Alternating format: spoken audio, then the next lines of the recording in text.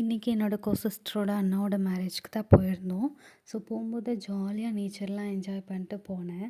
போயிட்டு ஃபோட்டோஸ்லாம் எடுத்துகிட்டு இவங்க தான் என் சிஸ்டர். அப்படியே இவங்க கூடயும் ஃபோட்டோ எடுத்துகிட்டு ஸ்டேஜ்லேயும் ஃபோட்டோ எடுத்துகிட்டு சாப்பிட்டுட்டு அதுக்கப்புறமா கிளம்பிட்டோம்.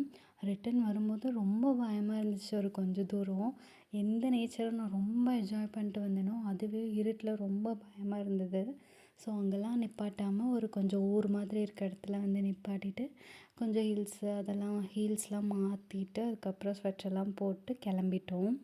ஸோ வரும்போதே கேட்டாங்க வீட்டில் ஹெல்மெட் வேணுமான்னு. நான் வேணான்னு சொல்லிட்டேன்.